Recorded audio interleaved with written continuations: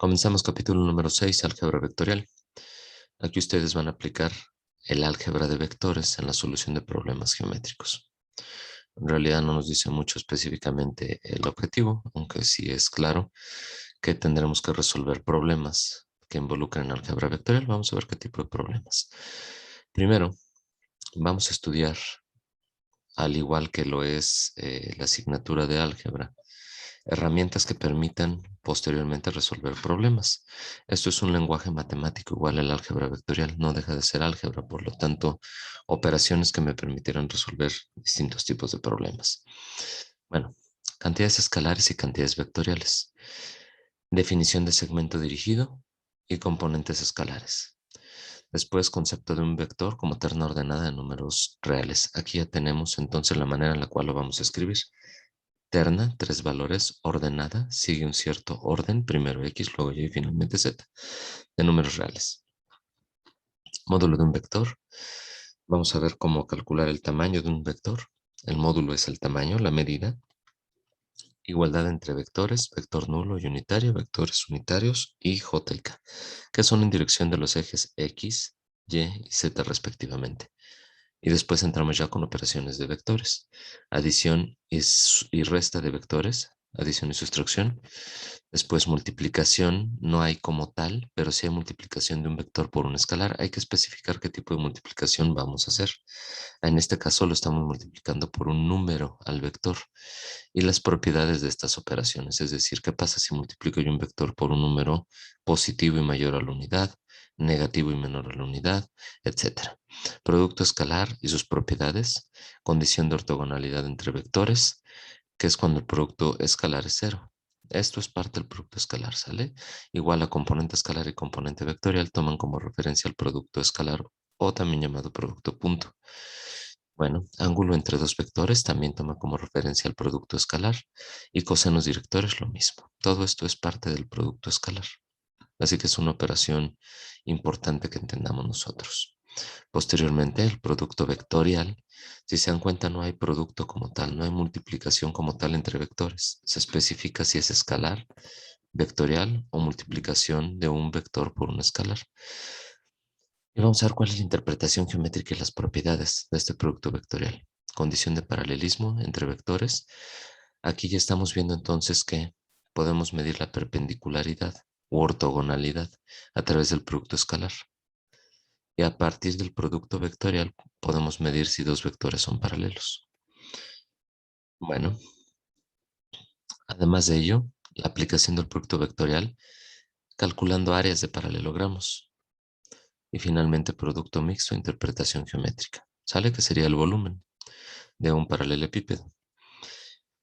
Y finalmente, los dos últimos puntos van relacionados con lo primerito que vimos nosotros en el curso. Nosotros en el curso lo primero que vimos fueron cónicas, pues ahora vamos a ver curvas en el espacio y cómo representar de manera cartesiana, paramétrica y vectorial dichas curvas. La parte de representación cartesiana lo voy a retomar de lo que vimos al inicio para no repetir exactamente lo mismo. El cómo parametrizar y cómo escribir las ecuaciones vectoriales, pues eso sí lo voy a explicar, pero con base o con referencia en lo que estudiamos en el primer capítulo. Y después representación cartesiana, paramétrica y vectorial de las cónicas, que era lo que yo les decía. Bueno, pues es todo lo que vamos a ver. Es un capítulo un poco extenso, aunque en realidad son operaciones sencillas. Bueno, vamos a empezar primero preguntándoles, ¿quiénes han visto algo de un sistema cartesiano tridimensional? Levanten la mano quienes han visto ya algo al respecto. Sistema coordenado cartesiano tridimensional. ¿Quiénes ya han visto algo? Juan David está levantando la mano. ¿Alguien más ha visto algo? Santiago.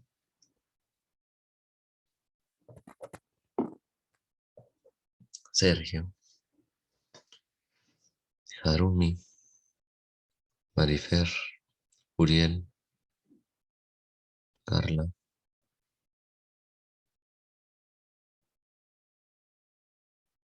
Solo 7 personas al parecer. Bueno, gracias jóvenes. Y por acá en el chat, en la secundaria, bueno, no importa dónde, pero si ya han visto algo.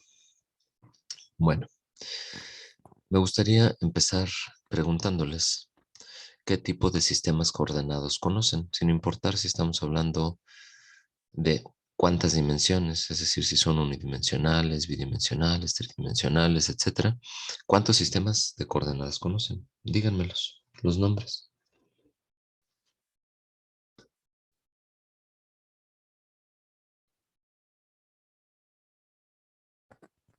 Podría ser el bidimensional de X y Y, el tridimensional de X, Y, Z y el polar. Ujú. Ahora, lo que dijiste bidimensional y tridimensional es sistema cartesiano, ¿verdad? Ahora, en dos dimensiones y en tres dimensiones. Y además sistema de coordenadas polares, como lo dijo su compañero. Muy bien. ¿Quiénes más conocen? A ver, ¿algo más que conozcan? Voy a empezar a El mostrarles sistema nada más de... rápido el Classroom. Permítanme un instante. Es que no recuerdo. Clarifíquenme, por favor. Y es por ello que voy a abrir el Classroom si les subí el programa de coordenadas polares o no.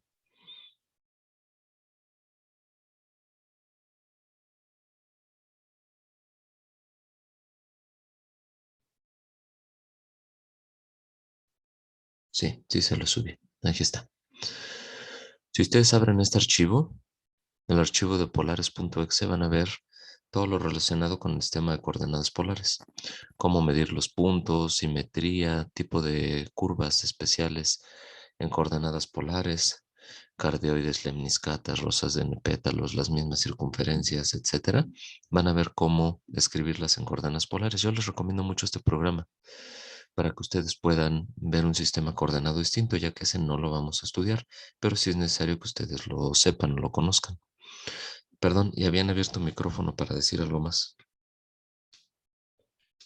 También, además de las que mencionó mi compañero, yo vi las cilíndricas y las esféricas. Perfecto. A ver, dependiendo de su dimensión, en una dimensión unidimensional, ¿conocen alguno?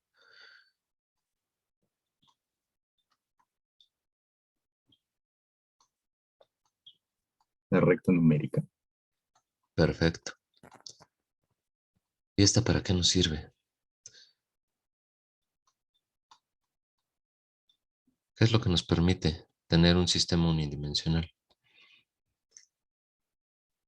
Podemos comparar magnitudes fácilmente. Exacto. En realidad es una comparación numérica, ¿verdad? Decir aquí tengo un valor A, aquí tengo un valor B, aquí tengo un valor C, y hablar de relaciones numéricas entre elementos. Por ejemplo, ¿cuál es la relación numérica entre B y A? ¿O cuál es la relación numérica entre A y C? Díganme, por favor. B es menor que A y A es menor que C. Ujú. Y así sucesivamente pudiéramos hacerlo, ¿sale? Estar comparando números. Eso es respecto a sistemas de una sola dimensión y nos permite, como decía correctamente su compañero Santiago, únicamente tener elementos numéricos posicionados y compararlos entre sí. Bueno, en dos dimensiones. Ya se había comentado que se tiene el sistema de coordenadas cartesiano bidimensional. Y aquí ya se define un plano como región. Ya no es una línea recta, sino un plano, el plano XY.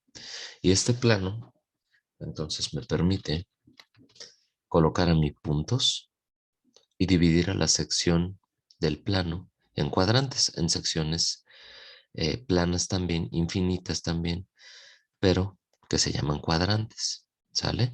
De tal forma que tengo yo aquí un primer cuadrante, un segundo cuadrante, tercer cuadrante y cuarto cuadrante, medido en sentido contrario a las manecillas del reloj.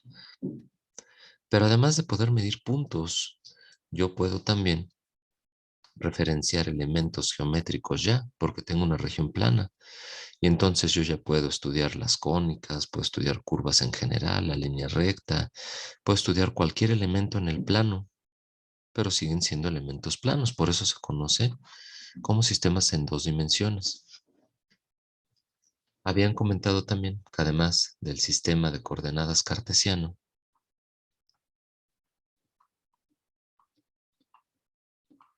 está el sistema de coordenadas polares. Aquí bastaría con un punto llamado polo y un eje polar.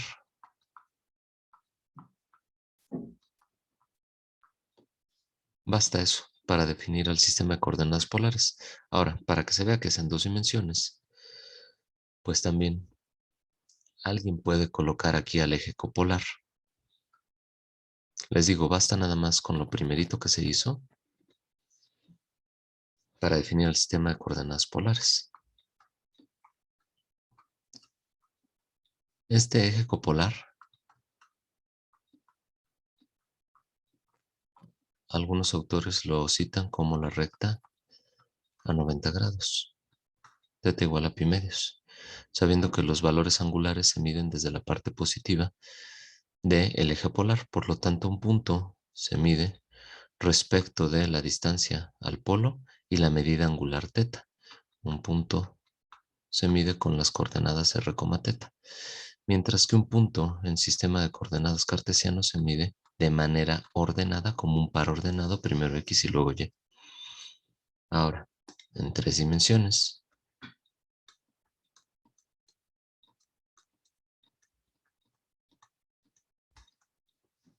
tenemos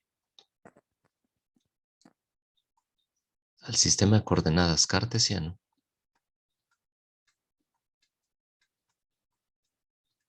que sigue siendo el mismo sistema XY, observen ustedes que teníamos aquí, visto en perspectiva, pero además de ello aumentamos un tercer eje, que es el eje Z. Así que tenemos el eje de las X, también llamado eje de las abscisas, el eje Y o eje de las ordenadas, y se agrega el eje Z, conocido como eje de las cotas. Un error muy común es que yo quiera representar en el papel, en plano, en 2D, algo que es en 3 dimensiones. Si yo les digo que tengo este punto en el sistema de coordenadas cartesiano, ¿en dónde estaría ubicado? Pues es muy difícil saberlo. Necesito yo saber hacia dónde está la proyección en el plano, porque igual yo puedo continuar con la parte negativa del eje de las X y decir que está justo en esta parte de aquí. Pero igual yo les puedo decir, no, este punto se proyecta hacia esta parte del plano XY y por lo tanto tiene componente positiva en X, componente positiva en Y, componente positiva en Z. Sin importar dónde esté proyectado este punto, voy a quitar la parte de la proyección negativa del eje de las X para no ensuciar tanto el dibujo. Este punto es una terna ordenada de valores X, Y, Z. Primero va X, luego Y, luego Z. Primero las abscisas, luego las ordenadas y finalmente las cotas. Bueno, ahora la región no se divide en cuadrantes. No se divide en 4 distintas regiones porque no es un plano lo que tenemos. Ahora ya tenemos un volumen. Y esa región volumétrica se divide en algo que se conoce como octantes. Y ahorita lo voy a ver en las notas. Además, Juan David decía que además del sistema de coordenadas cartesiano tenía también el sistema de coordenadas cilíndrico y que lo había estudiado eso él con anterioridad. Estoy poniendo debajo del cartesiano 2D el cartesiano 3D. Debajo de polares vamos a poner el cilíndrico porque sigue siendo exactamente lo mismo que el sistema de coordenadas polares, pero vamos a aumentar igual un eje Z. Así que yo voy a tener mi eje polar.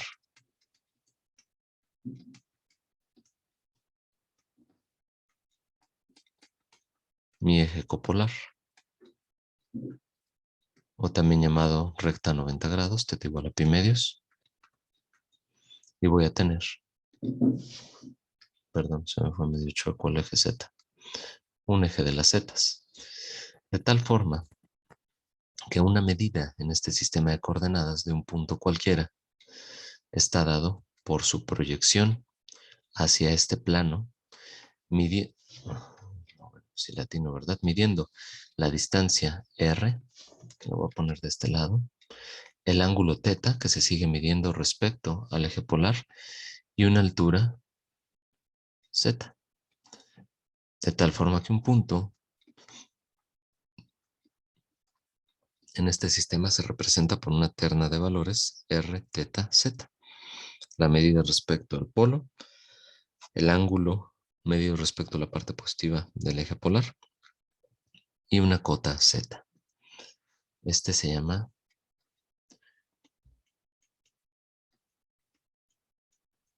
sistema de coordenadas cilíndrico.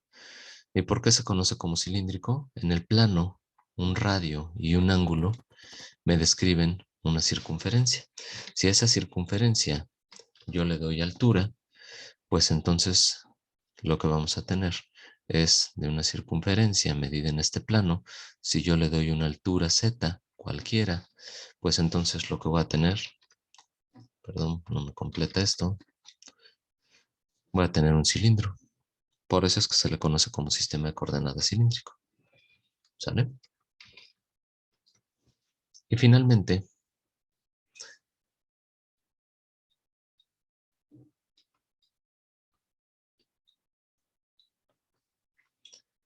yo puedo tener un sistema de coordenadas esférico.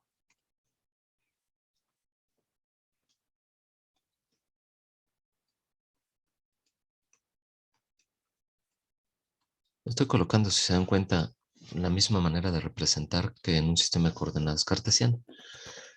La diferencia de qué medir respecto a un punto es lo siguiente.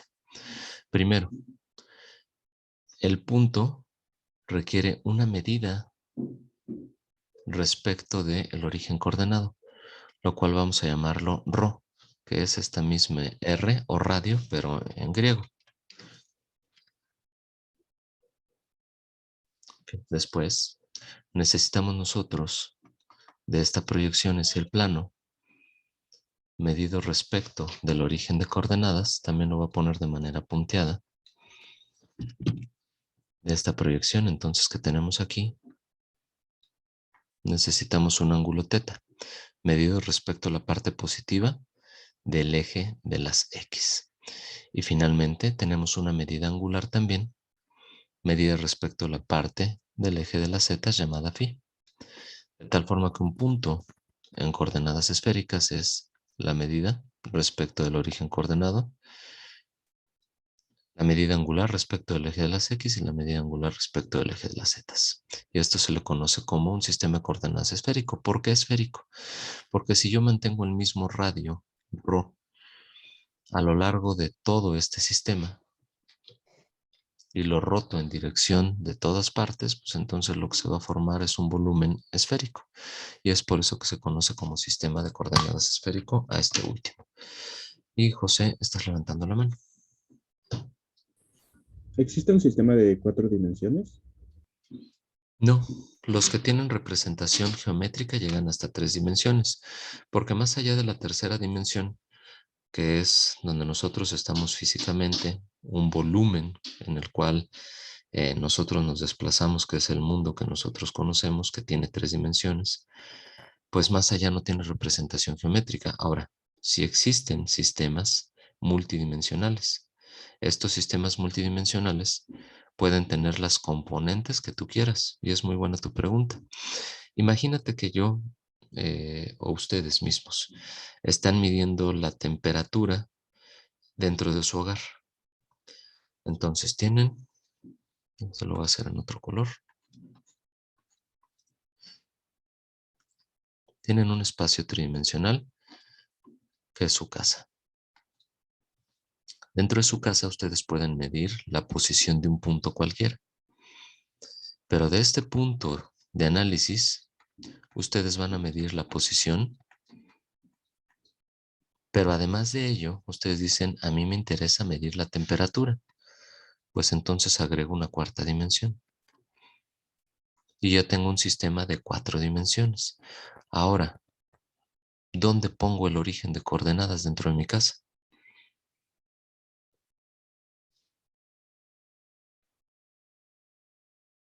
¿Se les ocurre?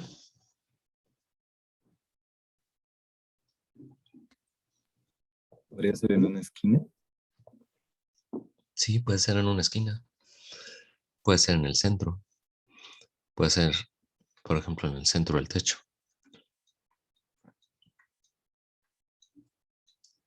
O puede ser en una esquina y medido de esta manera. Aquí digo que es X, aquí digo que y aquí digo que es Z. Y por lo tanto mi origen está aquí. Y esto es muy importante que lo entiendan. Yo jamás en la vida he visto que ande caminando por ahí un sistema cartesiano, o que de manera física esté un sistema polar, o que yo me pueda encontrar a la vuelta de la esquina un sistema esférico. Todo esto son abstracciones y son ya convenciones de estudio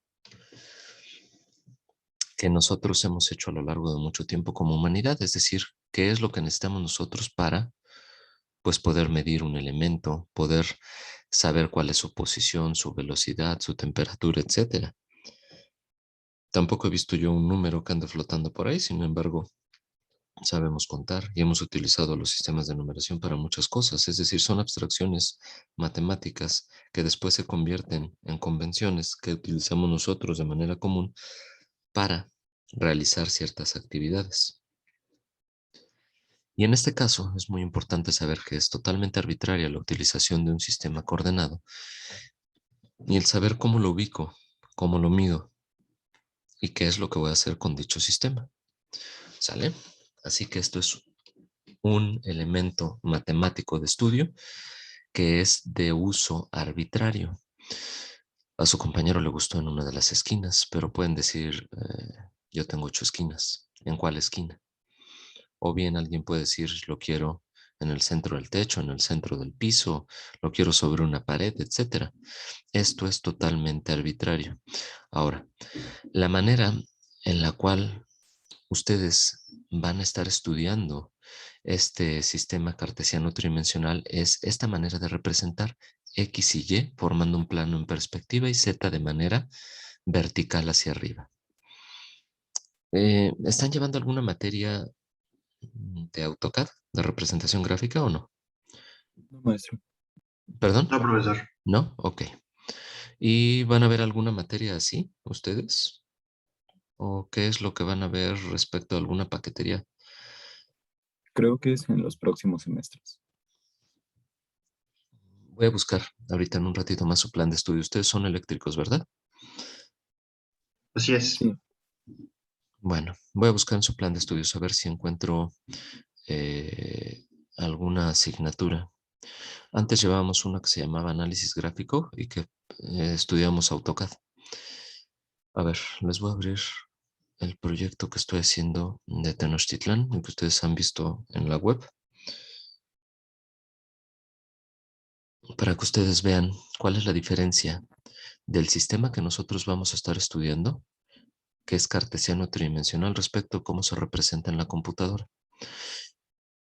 En la computadora, que es una manera distinta de representación, y lo voy a hacer en otra tinta, lo voy a hacer en negro, tienen ustedes su pantalla, ¿sale? De la pantalla, lo voy a hacer mejor acá a la derecha. De la pantalla que tienen ustedes, de su monitor, ustedes tienen su sistema coordenado con el origen en la esquina superior de la izquierda y miden X de manera positiva hacia la derecha, Y de manera positiva hacia abajo. Y cuando ustedes tienen un juego en 3D con un punto ubicado, miden también la profundidad. Ahora esta profundidad se mide de manera virtual, no de manera física. El desplazamiento horizontal y vertical hacia abajo sí se puede medir de manera física el desplazamiento en cuanto al número de píxeles que se desplaza de manera horizontal hacia la derecha o vertical hacia arriba o hacia abajo. Pero la profundidad la miden hacia afuera y de manera ortogonal al plano que forma la pantalla. Y ahí tendrían ustedes un sistema coordenado cartesiano tridimensional. Ahora, les decía hace rato, mientras carga Unity, y mi proyecto, que aquí en las notas, la región no se divide en cuadrantes, la región se divide en octantes. Ahora, estos octantes tienen las siguientes características. El primer octante, X, Y, Z son positivos. Quiere decir que tanto la abscisa como la ordenada y la cota son positivos. Estaríamos en esta primera región y este es el primer octante. El segundo octante, observen que ahora X es negativa, Y positiva y Z positiva. Si se dan cuenta, el recorrido que estamos haciendo es exactamente el mismo recorrido que nosotros hicimos en el plano con los cuadrantes. Vamos en sentido antihorario. Lo que tenemos como primer cuadrante es X positiva y Y positiva. Segundo cuadrante, X negativa y Y positiva. Tercer cuadrante, ambas negativas, tanto X como Y. Y cuarto cuadrante, X positiva y Y negativa. Si se dan cuenta, es exactamente el mismo recorrido que tenemos nosotros aquí. Positivo, positivo, negativo, positivo, negativo, negativo y positivo, negativo. El mismo recorrido. Pero ahora lo que tenemos es los 4 primeros octantes con una cota positiva. Y los 4 segundos octantes es el mismo recorrido antihorario que tenemos nosotros en el plano, pero con la Z negativa, con la cota negativa. De tal forma que el quinto octante es con X y Y positivo, pero la cota negativa. Sexto octante, X negativa, Y positiva y la cota negativa nuevamente. Séptimo, ambos negativos, X y Y, pero también la cota negativa, es decir, todos negativos. Y el octavo octante, X positiva, Y negativa y la Z negativa. Ahí estoy tratando de dibujar de manera esquemática cómo es que se recorren los octantes en cuestión. ¿Sale? Bueno, este es el proyecto de Tenochtitlan, como lo llevo actualmente. Observen, por favor, en la esquina superior derecha de la pantalla que se tiene un sistema coordenado cartesiano tridimensional. ¿Sale? Sin embargo, observen que el plano que tenemos nosotros, voy a tratar de poner la misma perspectiva y poner este cerrito aquí que me ayude a contrastar. X y Z están siendo medidos en el plano, lo que para nosotros era X y Y. Y la cota, la altura, es Y. Observen entonces que el desplazamiento horizontal se mide con X, el vertical en y el valor de Z, la profundidad, se mide hacia afuera o hacia dentro de la pantalla, que era lo que yo les estaba diciendo aquí. Es como lo estamos midiendo. Ahora, en Unity lo que hacen es medir la Y hacia arriba en lugar de la Y hacia abajo como se mide en la pantalla, pero en realidad es este mismo esquema, este mismo sistema de coordenadas. Ahora, todos estos elementos están en un espacio tridimensional. ¿Dónde está el origen de coordenadas? Puede estar en cualquiera de los puntos. Si en este caso yo coloco un objeto, voy a poner un objeto tridimensional, va a ser una caja, y esa caja yo la remito hacia el origen coordenado. Yo observo aquí en la columna de la derecha que tengo la posición en 0, 0, 0. Ahí está el origen de coordenadas. Entonces vamos a ver dónde está nuestro origen. Nuestro origen está justo en este punto, donde tengo la cajita. El origen pudiera estar en cualquier otro punto. Quizá yo pudiera decir que el origen quiero llevarlo justo. Y si se dan cuenta, aquí empiezo yo a mover mi sistema coordenado y un objeto tridimensional y no se vuelve tan sencillo moverlo. Yo tengo una proyección de sombra que me dice hacia dónde se está proyectando como tal la sombra del objeto, pero yo no puedo saber a ciencia cierta dónde le estoy atinando, por ejemplo, a la piedra de sacrificios. Yo si lo quiero mover de manera exacta, lo que voy a hacer es mostrar una vista superior, proyectarlo de manera ortogonal, o también la llaman isométrica, y entonces colocar primero en el plano XZ al elemento en cuestión y después únicamente modificar el valor de la cota, que en este caso es Y, y ahí colocar el elemento. Observen ustedes entonces que yo pudiera decir que el origen de coordenadas, el origen coordenado, puede estar en este punto. O igual alguien pudiera ponerlo en otro punto cualquiera. Esto es totalmente arbitrario, depende de qué se quiera, pues medir. No sé, a lo mejor quiero.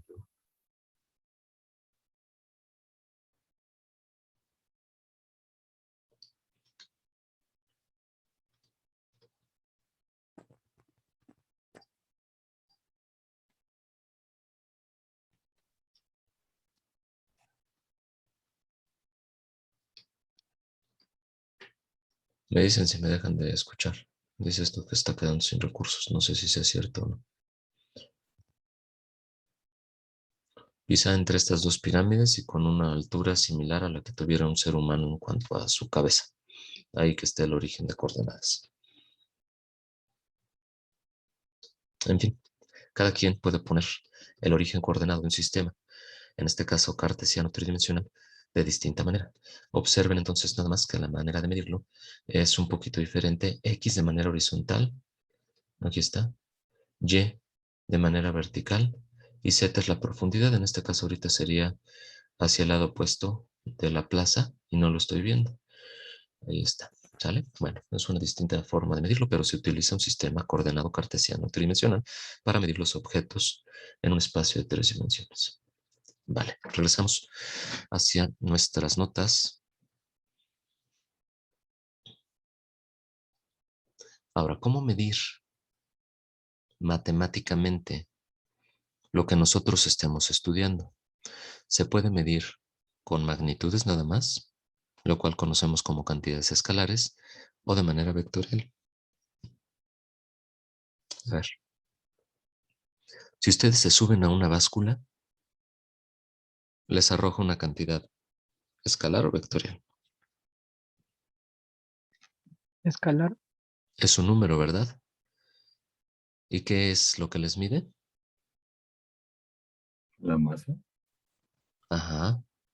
¿Por qué no el peso, Santiago? porque creo que báscula y balanza son diferentes. Una mide fuerza y una mide masa. Entonces, cuando tú te subes a la báscula que te está midiendo la masa, Sí, creo que sí. aunque ahí dice peso, ¿no? Y te dice pesas 70 kilogramos. Tengo Pero, entendido que eso es más por como generalidad, porque no exacto. todos ubican eso. Sí, si te ponen masa, a lo mejor te sientes como parte de una tortillería, ¿no? Y dices, ¿cuál masa? Eso en la generalidad de las personas, que si les dicen masa, lo único que ubican es la masa de las tortillas. Pero en realidad la masa, como bien dices tú, es lo que se está midiendo en el momento en el que nosotros nos subimos a una báscula porque nos está dando una cantidad escalar. En realidad el peso es una cantidad vectorial. ¿Por qué? Porque el peso es una fuerza y posee dirección que sería la de la gravedad y Es- podemos representarlo en un diagrama de cuerpo libre. o de distinta manera, puedes representarla también a través de un simple vector que se ubique de manera vertical hacia abajo y que te indique que estás midiendo la fuerza de manera vertical hacia abajo en el sentido de la gravedad, ¿verdad? Así que eso es una cantidad vectorial, te está midiendo la fuerza. Ahora, ya me están dando ustedes algunos ejemplos de cantidades escalares y vectoriales. Denme algún otro, por favor, cantidad escalar. La rapidez podría ser escalar y la velocidad vectorial. Ujú. ¿Algún otro ejemplo? Escalar. ¿El tiempo? Sí, muy bien. Otro ejemplo, escalar. Gracias, José.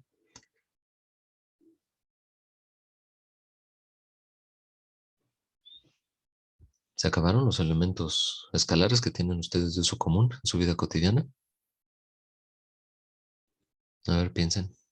Los líquidos, ¿no? ¿Perdón? ¿Los líquidos? ¿Líquidos, dijiste? Sí. ¿Y qué respecto a los líquidos? No te estoy entendiendo. Los mililitros y litros. Ah, entonces ya dame las unidades. ¿Cómo medir Luego, un líquido? Bueno, a través de litros, mililitros, etcétera. Perfecto. Cantidad escalar. Decimos son 100 mililitros. Un número. Karim está aportando también temperatura. Muy bien. Decimos, tengo una temperatura de 36.3 grados. Otro ejemplo de cantidad escalar. ¿Podría ser presión? Ajá. ¿Cómo mides la presión? En pascales, en bars, en atmósferas. Iba a decir en, Correcto. ¿Perdón? iba a decir en pascales. Ajá. Perfecto. Pero siguen siendo números, ¿verdad? La distancia sigue siendo un número. Pero si yo les digo una distancia medida con una cierta dirección respecto a un sistema de coordenadas, pues entonces se convierte en una cantidad vectorial, lo que puede ser escalar. Yo les puedo decir De aquí al Zócalo, o sea, de mi casa, que es su casa de ustedes, al Zócalo, hay 10 kilómetros. Pero si yo les digo hay 10 kilómetros medido con una cierta dirección, pues entonces ya se convierte en una cantidad vectorial. Ahora, les agradezco mucho a todos por los ejemplos de cantidades escalares y vectoriales que me han dado. ¿Cómo representamos nosotros a estas cantidades vectoriales? Lo vamos a hacer con algo que se conoce como segmento dirigido. Y este segmento dirigido me va a permitir a mí representar a una cantidad vectorial. ¿Sale? ¿Por qué vectorial? Vámonos primero con la terminología y después con sus características. Dijimos que se va a utilizar un segmento dirigido. Estamos hablando de segmento porque en realidad es un segmento de línea recta. La línea recta es un ente geométrico infinito y estamos utilizando nada más un pedacito de esa línea recta, un segmento acotado entre dos puntos, entre los puntos A y B. Y decimos que es dirigido porque tiene dirección. Decimos que va de A a B. ¿Cómo lo sabemos? A través de la flechita que nosotros coloquemos. Si la flechita lo hubiéramos puesto hacia A, entonces hubiéramos puesto que el segmento dirigido iba de B hacia A. Ahora,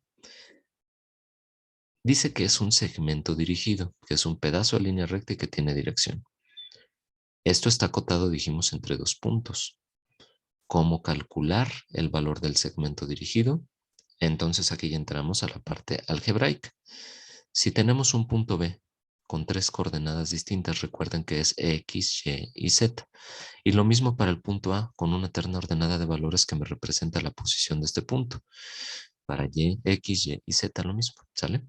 Entonces el segmento dirigido se va a calcular restando la componente en X del punto final menos la componente en X del punto inicial. Observen, B1 menos A1.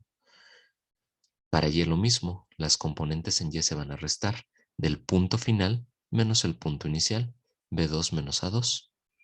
Y finalmente para Z lo mismo, la componente en Z del punto final menos la componente en Z del punto inicial, B3 menos A3. Y así es como nosotros calculamos, un segmento dirigido. Aquí yo les estoy diciendo que determinen el vector y segmento dirigido para nosotros va a ser equivalente a partir de este punto, representado por el segmento dirigido a B si se conocen los puntos A de coordenadas 3, 2, 1 y B de coordenadas menos 5, 7, 9. El segmento dirigido entonces de A a B es B menos A, menos 5 menos 3, menos 8. Después, componentes en Y, 7 menos 2, 5. Y finalmente, componentes en Z, 9 menos 1, 8. ¿Sale? Y así para cualquier segmento dirigido que se tenga. A ver, vámonos hacia arriba un poquito más.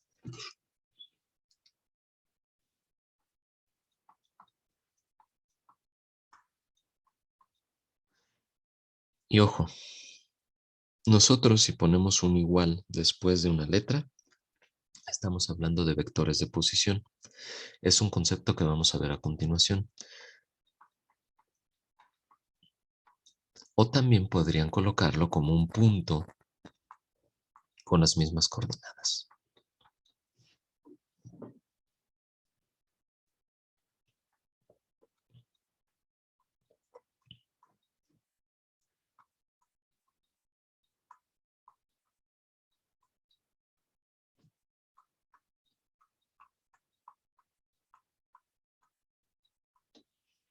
Nada más, entonces, aquí se están colocando vectores en la escritura y aquí se están escribiendo puntos.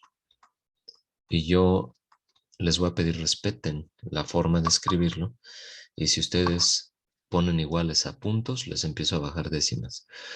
En el examen, si ustedes no le ponen igual, va escrito en minúsculas y contesta el vector, también les bajo décimas. Para que respetemos, por favor, la nomenclatura. Es muy importante que como ingenieros sepamos escribir correctamente lo que matemáticamente queremos representar, sin importar cuál sea el área de las matemáticas que nosotros estemos utilizando como referencia, ¿sale? Para hacerlo de manera formal. Así que si tenemos al vector de posición del punto C de coordenadas 2, menos 3, 5 y D de coordenadas menos 1, 0, menos 4,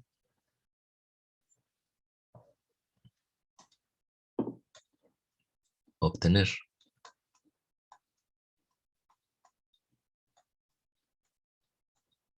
el segmento de C. Díganme cuál es la solución.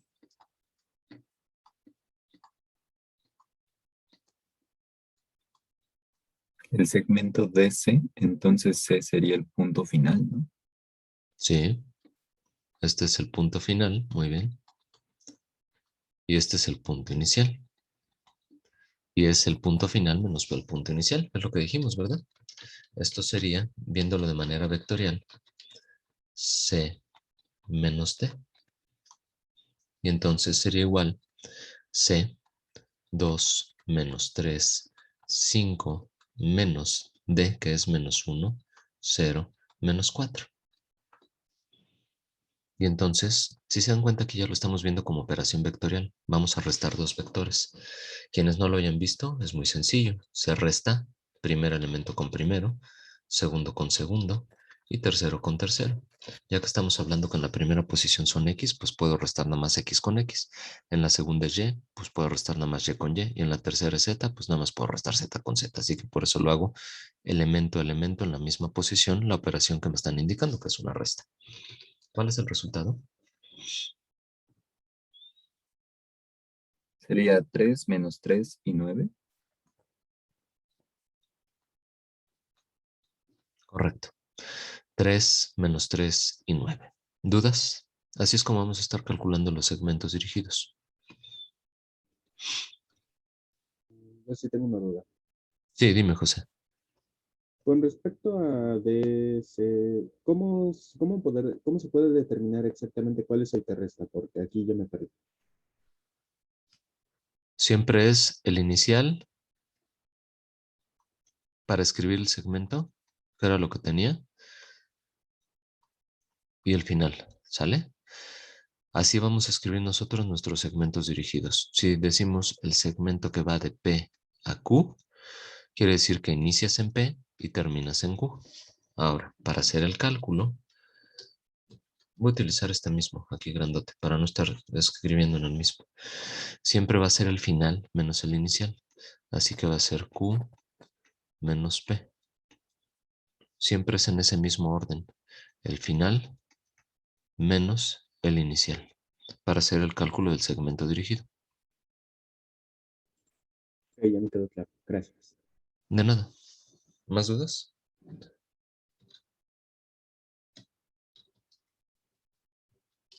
Ahora, por favor, díganme en qué octante está este punto.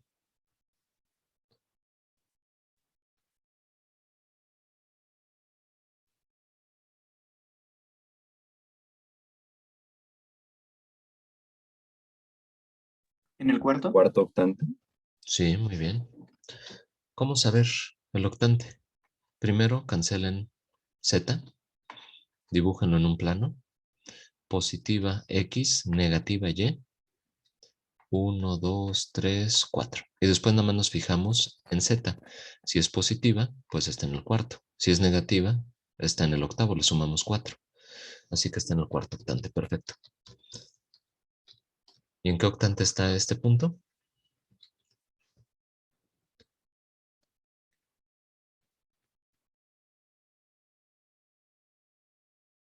En el En el segundo, cuarto. Y aquí empiezan las discrepancias. Perdón por mi pregunta, fue una pregunta capciosa. No está en ningún octante, Porque está encima de la recta, ¿no? estás en cero, ¿cierto? porque el valor de Y es 0. Y esto es muy importante también. Ah, caray. No sé ni qué le apreté al teclado que bajé al 70%. A ver, permítanme, perdón. Aquí estamos. Y esto es muy importante también. Si tenemos una componente en 0, como lo es en este caso la componente en Y, tenemos únicamente componentes en X y en Z. Esto voy a intentar dibujarlo, aunque no soy muy bueno dibujando. Aquí tenemos X, aquí tenemos Y, Aquí tenemos el valor de z. Me dice que x es negativo. Entonces estoy hacia la parte de atrás con un valor de -1. Me dice que el valor de z es negativo también. Perdón si me voy muy chueco, pero no es el objetivo, sino el objetivo es que entendamos.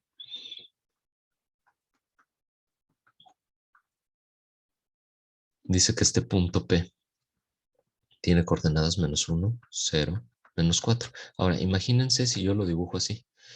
Parece que está en el espacio, cuando en realidad está en esta región plana de X y Z. Así que si yo dibujo este plano en X y Z, yo puedo darme cuenta que el punto cae justo en esta región de este plano XZ, que está en la parte negativa del eje Z. Por eso se dibuja en la región de abajo de ese plano.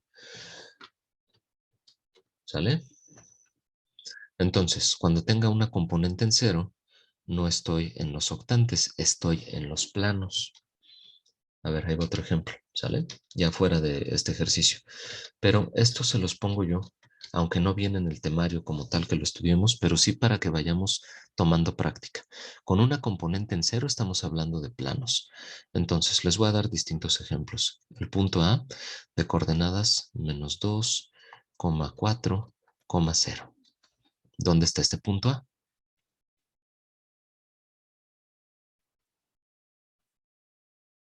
En el plano X y Y. Sí, porque z vale 0. Entonces esto está en el plano XY. El punto B.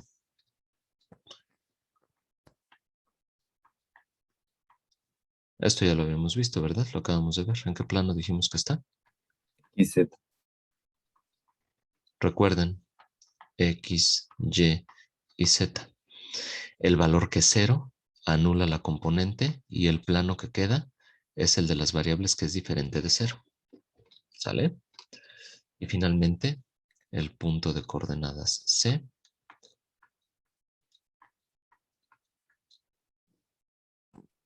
En Y y en Z. Plano YZ. Correcto. Así que estamos hablando que mi región tridimensional tiene 3 planos. Intentaré dibujarlo lo mejor que se pueda, ¿sale?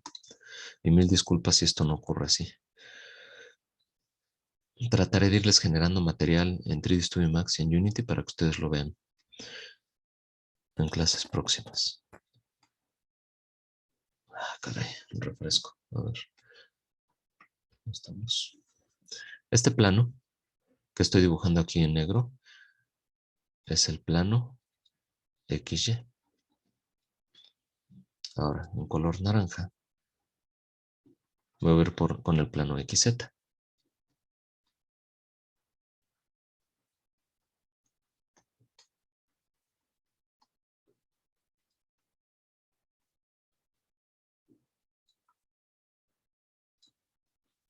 Y finalmente en azul,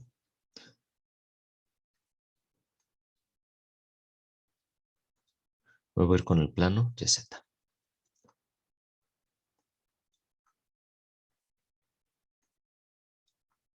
¿Sale? Entonces tenemos 3 distintos planos en un espacio tridimensional. XY, XZ y YZ, en el orden en el que quieran. Pero esos planos se forman por la unión de 2 ejes, ¿verdad? El X y el Z, pues por la unión de esos 2 ejes. Y así respectivamente con el XY y con el YZ. Ahora, podemos tener el punto en un octante, en un plano o en un eje. Ahora, en otra tinta, les voy a escribir el punto D de coordenadas -300. Y cuando tenemos 2 ceros, entonces, analíticamente, pues lo que tenemos geométricamente es que se ubica en un eje. El único diferente de 0 es el eje que me da en el cual está contenido el punto. En este caso está contenido en En X. el eje de las X. Si yo les digo el punto E de coordenadas 0, 5, 0, En el eje de las Y. en el eje de las Y. Y finalmente el punto F En el eje de la Z. en el eje de las Z. Muy bien. Gracias. Bueno, pues quería ver esto de inicio para que vayamos entendiendo nosotros cómo representar a los puntos en octantes, en planos y en ejes, ¿sale? Y esto después lo retomaremos para el estudio ya de algunas cuestiones prácticas, de algunos ejercicios que involucren ya la parte de álgebra vectorial. Ya sabemos cómo calcular un segmento dirigido. Ahora, las componentes de un segmento dirigido sobre los ejes coordenados indican esta terna ordenada de valores que nosotros estamos manejando. La primera es en X, la segunda en Y, la tercera es en Z. Es esta proyección que se está dando aquí de manera ortogonal y que trato de dibujarlo de esta manera en el espacio de 3 dimensiones. Proyecto hacia el plano XY, hacia el eje de las X de manera ortogonal. La medida que me da es la primera componente.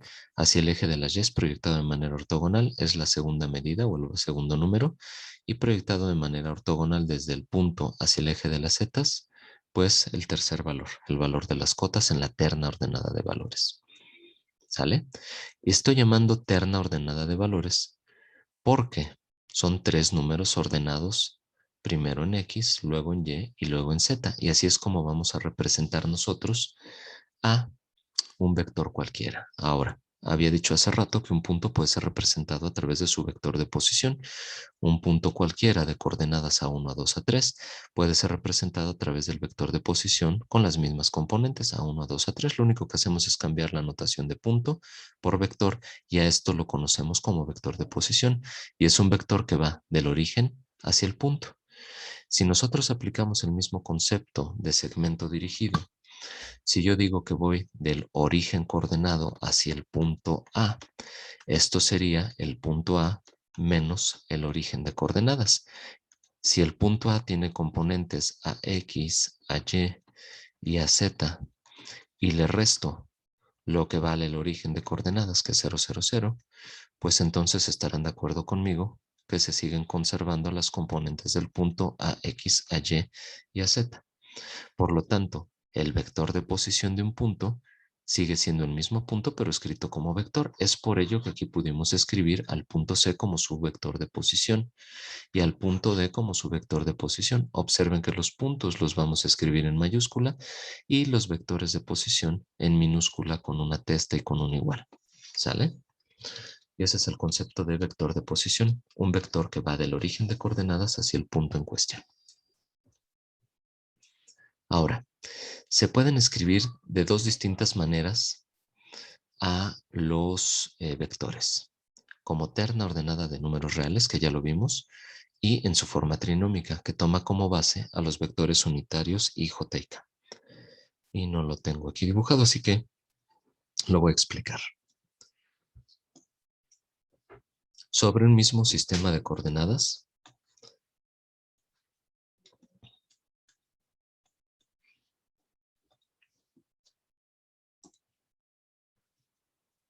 si yo dibujo sobre el eje de las X un vector unitario, quiere decir que su tamaño o módulo es 1 en dirección del eje de las X, por convención a esto lo vamos a llamar vector Y. Y se va a dibujar el vector con un acento circunflejo, ¿sale? Que es esa testa que le estoy poniendo como pico paréntesis en la parte de arriba al vector Y. Después, si yo dibujo un vector cuyo tamaño es 1 en el eje de las Y, pues a este vector por convención le voy a llamar vector J. Y finalmente, si dibujo yo a mi vector unitario en dirección del eje de las Z, pues lo voy a llamar vector K. ¿Sale? Entonces, el vector Y será igual a 1, 0, 0. El vector J será igual a 0, 1, 0. Y el vector K va a ser igual a 0, 0, 1. Son unitarios y en dirección de X, Y y Z respectivamente. Ahora, podemos utilizar a estos tres vectores I, J y K para escribir a cualquier vector, pero no como terna ordenada de valores, sino como forma trinómica. ¿Y a qué me refiero? Si tengo yo el vector, voy a utilizar otra letra, W, de coordenadas 2 menos 5 menos 3, entonces el vector W puede ser escrito en su forma trinómica de la siguiente manera. Esta es la componente en X, así que lo voy a multiplicar por el vector en Y. Esto es igual a 2 veces Y. Y después, perdón, como dice que es en forma trinómica, pues se tiene un trinomio que puede ser una suma o resta de términos. Ahora voy a tener el vector J por menos 5. Así que voy a tener menos 5 veces J.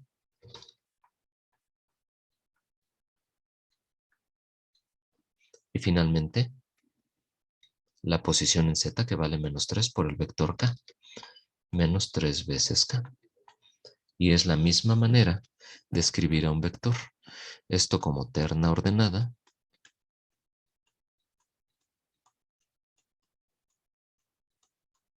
Y esto como forma trinómica.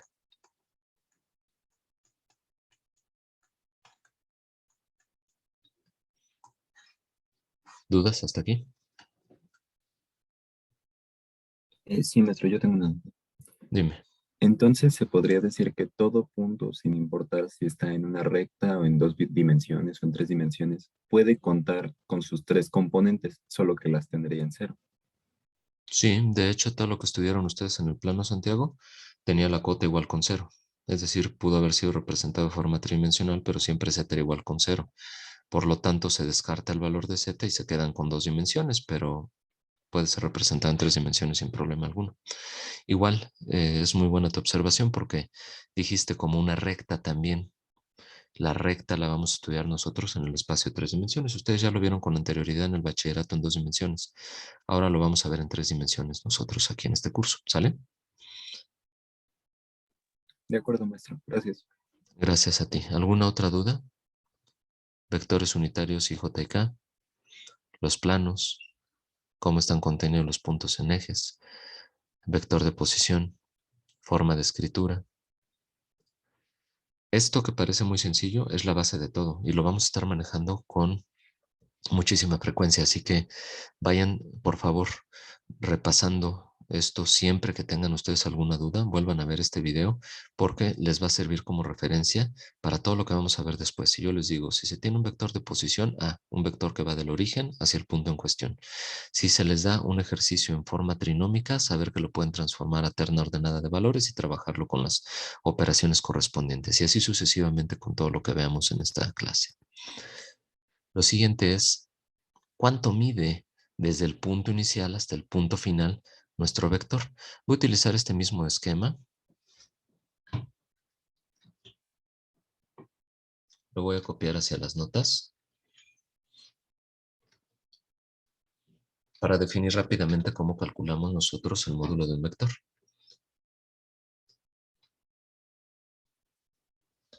Ahora, esto es pura trigonometría. ¿Sale? Y lo que tendríamos en primera instancia, perdón si mis dibujos no son muy exactos o si me voy un poco chueco, el chiste es que lo entendamos. Es este triángulo rectángulo que tenemos nosotros aquí. ¿Sale? De este triángulo rectángulo, esta componente es A1, que es esta misma componente que tengo yo aquí.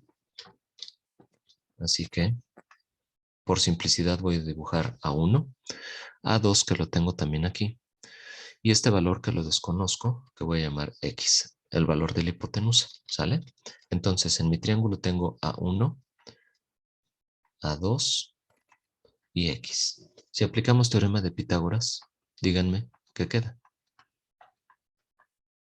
X es igual a la raíz de A1 al cuadrado más A2 al cuadrado. Sí, nada más voy a hacer una pequeña adecuación a lo que me menciona Santiago y voy a escribir el cuadrado de la hipotenusa, porque después se va a involucrar en otro triángulo rectángulo y de todas maneras va a quedar elevado al cuadrado, así que pues lo vamos a reutilizar. El cuadrado de la hipotenusa es igual a la suma del cuadrado de los catetos. ¿Sale? En lugar de escribirlo como raíz, dejé a x cuadrada. Ahora, este teorema de Pitágoras está siendo aplicado al triángulo OCB, que va del origen al punto C y al punto B de este diagrama, ¿sale? Sin embargo, ahora si yo vuelvo a aplicar el teorema de Pitágoras, pero hacia el triángulo OAB, perdón, lo voy a hacer en otra tinta para que se diferencie. Del triángulo OAB. Entonces yo aquí tendría mi origen que coincide con también el otro vértice que yo ya había considerado, el punto A, que es justo el punto hacia el cual quiero llegar, y el punto B, que también ya teníamos nosotros. Entonces tenemos este triángulo. No me completes, porque si no queda más chueco de lo que lo hago. Ahí estamos. Ahora, para este triángulo,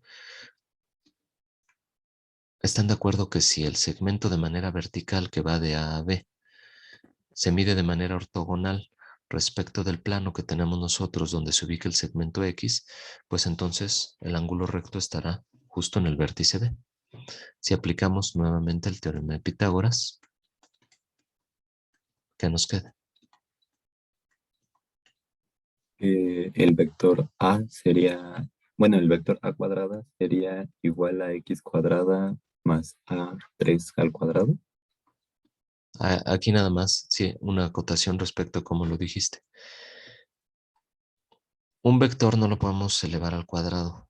El módulo del vector sí, el tamaño de lo que mide el vector. Y este es concepto nuevo quizá para muchos de ustedes. Módulo de un vector o el tamaño del mismo lo vamos a escribir de esta manera. ¿Sale? Y entonces me adelanto un poquito quizá, pero pues es lo que estamos calculando precisamente nosotros, el módulo de un vector, y hay que saber cómo lo vamos a escribir. Lo vamos a escribir de esta manera.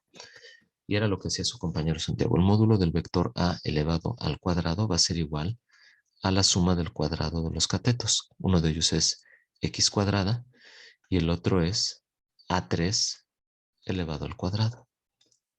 Sin embargo, yo ya sé cuánto vale x cuadrada y lo puedo poner en función de A1 y A2, que son las componentes de este punto. Este punto tiene componentes A1, A2 y A3. Así que todo lo voy a dejar en estas componentes. Perdón por mis comas, quedan medio chafas para que no se confundan con el 1 y con los componentes. Ahí está separado. Así que lo que voy a hacer es sustituir 1 en 2, sustituyendo 1 en 2. Yo puedo decir que el módulo del vector elevado al cuadrado va a ser igual a x cuadrada, que es a1 al cuadrado, más a2 al cuadrado, y hacía falta pues a3 al cuadrado, pues lo ponemos más a3 al cuadrado. De tal forma que si ahora sí despejamos el cuadrado y pasa como raíz cuadrada hacia el lado de la derecha, entonces el módulo de un vector va a ser igual a la raíz cuadrada de la suma del cuadrado de sus componentes.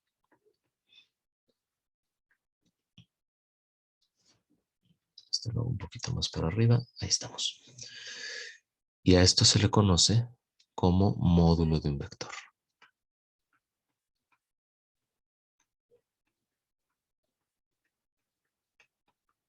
¿Sale? Y lo cual entonces lo vamos a estar representando con estas líneas verticales que engloban a el vector, que es una letra minúscula y testada. ¿Dudas de cómo se obtuvo? No, maestro. No, Gracias, maestro. Santiago. Gracias. José, creo que fuiste quien abrió el micrófono. Vamos a ver el siguiente ejemplo entonces. Vamos a conjuntar lo que hemos visto y les voy a poner 2 puntos. De esos 2 puntos quiero el segmento dirigido y quiero el módulo de ese segmento dirigido del vector.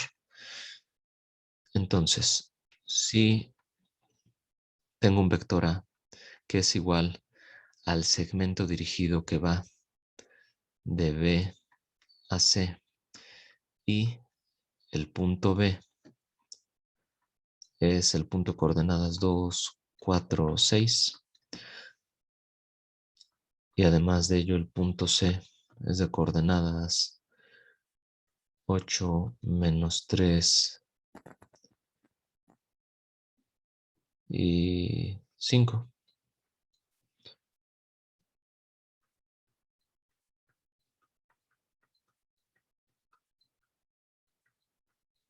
obtener el módulo de A. ¿Qué hago? Váyanme diciendo. Lo primero sería obtener las componentes del vector. Ujú. Y BC, ¿a qué sería igual? A C menos B. ¿Sale? Que sería 8 menos 3 y 5 menos 2, 4 y 6. ¿Y eso qué componentes nos da? 6, menos 7 ¿Sí? y menos 1.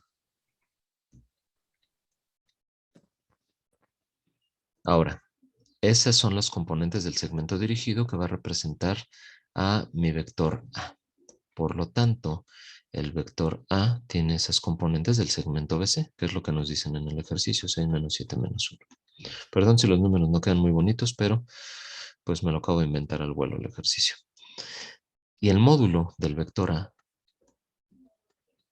va a ser igual a la raíz cuadrada de la suma del cuadrado de cada una de las componentes. 6 al cuadrado más menos 7 al cuadrado más menos 1 al cuadrado. Es lo que me dice a mí lo que acabamos de determinar. Cada una de las componentes, elévalas al cuadrado y súmalas. Así que esta es la raíz cuadrada de 6 al cuadrado, 36, más 7 al cuadrado, negativo, pero al ser elevado al cuadrado, están de acuerdo que el negativo se convierte en positivo. Así que esto es 49 más menos 1 al cuadrado, que es 1. Y esto va a ser igual entonces ¿a cuánto? Raíz de 86. La raíz de 86. ¿Dudas hasta aquí?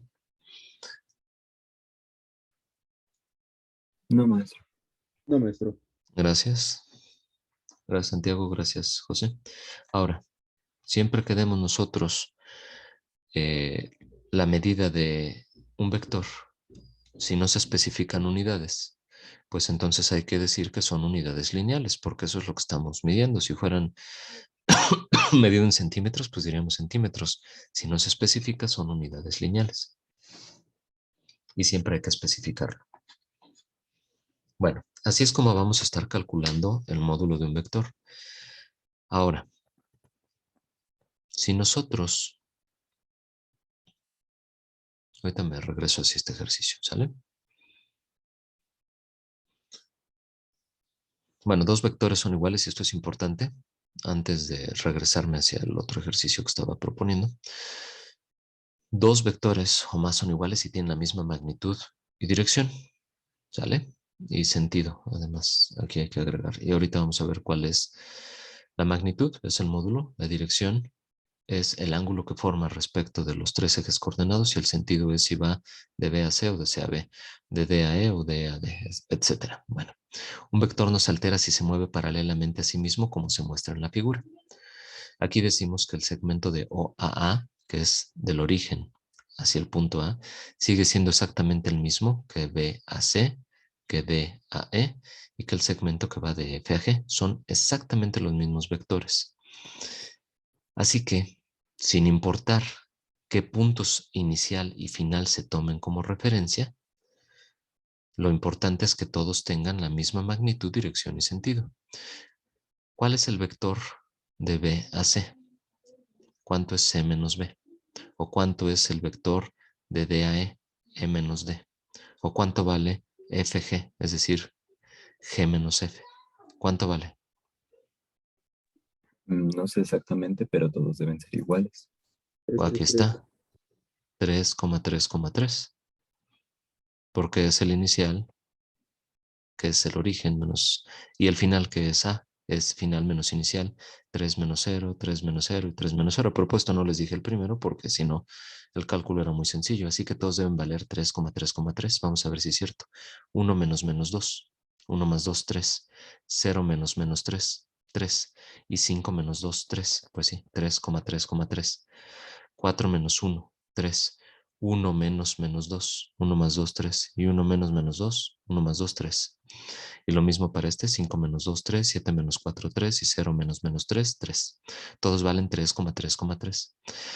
Así que tienen la misma dirección, el mismo sentido y la misma magnitud. ¿Cuál es la magnitud de este vector? ¿Cuál sería el módulo de 3,3,3?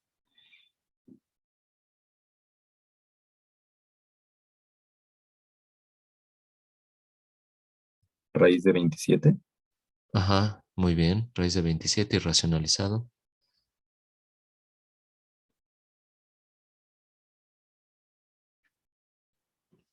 Tres veces la raíz de 3. ¿Sale, chavos? Sergio, ibas a abrir el micrófono. Perdón, te interrumpí. Sí, iba a decir eso. ¿Sale? Gracias. Bueno, ya sabemos cómo calcular entonces el módulo de un vector y cómo entonces, sin importar cuáles sean los puntos inicial y final, podemos tener vectores iguales cuando se tiene la misma magnitud, dirección y sentido. El vector nulo es un vector conformado por todas las componentes en cero. ¿Sale? No tiene magnitud, su magnitud es 0. Y la dirección, aquí hay una discrepancia matemática. Se dice que tiene todas las direcciones o que no tiene dirección. No nos vamos a meter ahorita en este tipo de asuntos. Simple y sencillamente es un vector cuyas componentes son todas 0. Vector unitario. Un vector unitario quiere decir que su módulo es 1, su tamaño es 1. ¿Y cómo lo vamos a calcular? Para un vector cualquiera, yo voy a dividir todas las componentes entre su módulo. O bien, voy a multiplicar por el recíproco del módulo al vector. Así se calcula el vector unitario. Quizá cause un poquito de confusión matemática el cómo está escrito, pero es algo que tiene lógica. Si ustedes dividen, por ejemplo, su altura entre su altura, pues les va a dar la unidad, ¿verdad? Si decimos 179 centímetros entre 179 centímetros, me va a dar la unidad. Nada más que aquí lo que tengo es con una dirección. Vamos a suponer que está en dirección del eje de las zetas medida mi altura. Pues sería 0,179. Si esto lo divido entre 179, me va a dar 0,01. Así es como lo vamos a estar haciendo nosotros para calcular los vectores unitarios. Bueno, vamos a hacerlo. Les voy a dar un ejemplo.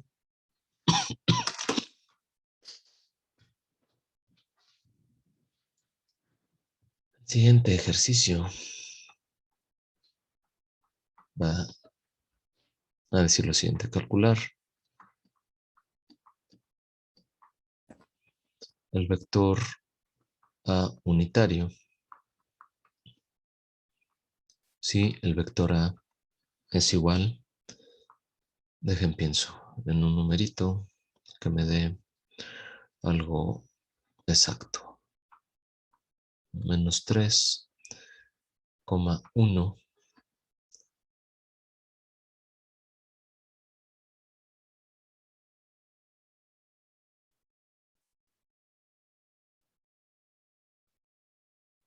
y menos la raíz de 6. ¿Sale? Lo primero que tenemos que hacer para calcular el vector unitario es calcular el módulo del vector A.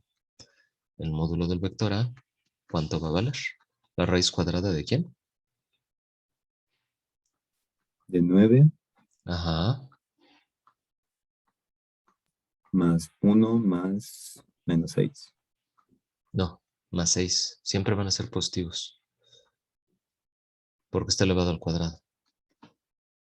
Siempre van a ser números positivos los que se sumen. Así que esto es 9, coincido contigo, más 1. Pero finalmente aquí es donde no coincido, que es más 6. Escuché más menos 6, igual escuché mal. ¿Cuál es la raíz cuadrada entonces?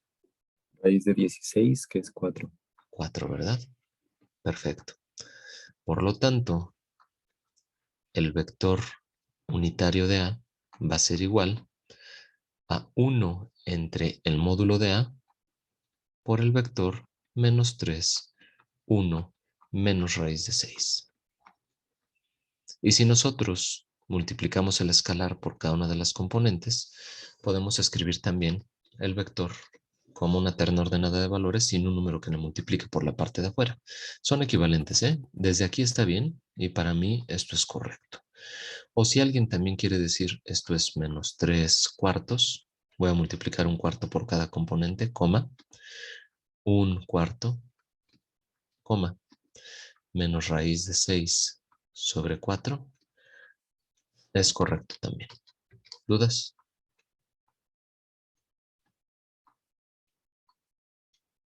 No, maestro. No, maestro, ninguno. Gracias. Si alguien quiere hacer la comprobación de que es unitario, pues pueden sacar el módulo entonces del vector A unitario es igual a la raíz cuadrada. Vamos a hacerlo por práctica.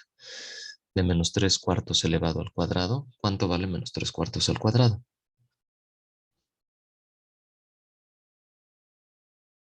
9/16. Ajá. Y positivo, gracias. Después, más un cuarto elevado al cuadrado. Un 16. 16avo. Gracias. Y más, menos raíz de 6 sobre 4 elevado al cuadrado.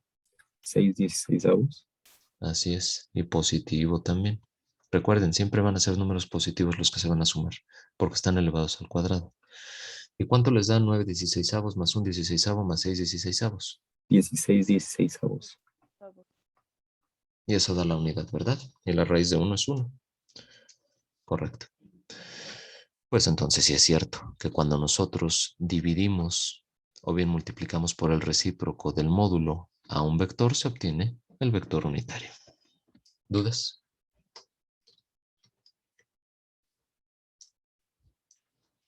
No, maestro. No, profesor. Gracias, jóvenes.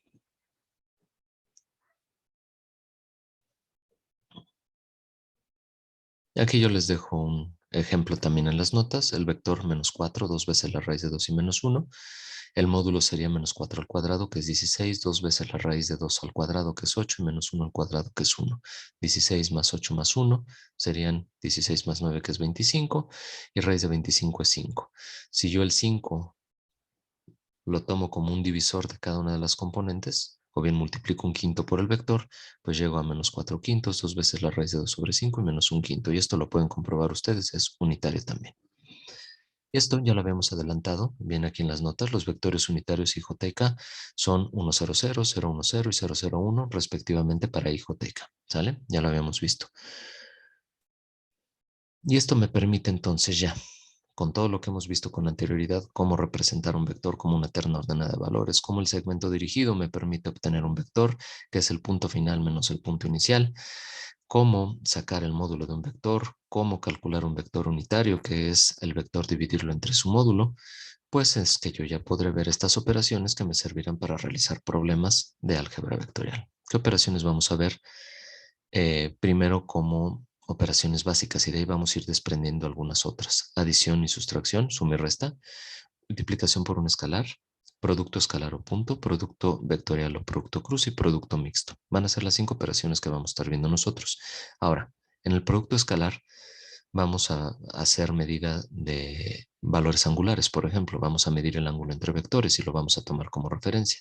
Vamos a ver la componente escalar y componente vectorial de un vector sobre de otro. Es decir, se desprenden más cosas de estas operaciones, pero digamos que son las 5 operaciones grandes que nosotros vamos a ver, de las cuales se desprenden otras operaciones igual de importantes, pero que se basan en estas 5. Suma y resta. Esto quizá lo vieron ustedes en el bachillerato. Vieron el método del paralelogramo y el método del triángulo para hacer la suma de vectores de forma gráfica o geométrica. En realidad lo que hacemos nosotros de manera analítica, recuerden, y esto es muy importante, la geometría que estamos estudiando nosotros no es descriptiva, no vamos a estar dibujando. Y la verdad yo no voy a estar revisando dibujos que hagan ustedes. Yo lo que voy a revisar es el álgebra vectorial que da soporte a esta parte de geometría analítica. Así que esta parte la voy a ver, pero no es que lo vayan a hacer así ustedes. En realidad ustedes la suma de vectores pues lo van a hacer sumando componente a componente, primera con primera, segunda con segunda, y así hasta la componente enésima con componente enésima. Ahora en los temarios ya se deja todo hasta 3 dimensiones. Yo esto lo dejo extrapolado hacia n dimensiones, puesto que esto pudiera ser llevado a cualquier dimensión, ¿sale? Pero bueno, vamos a suponer que sea hasta la tercera dimensión, pues se suman siempre las componentes ubicadas en la misma posición.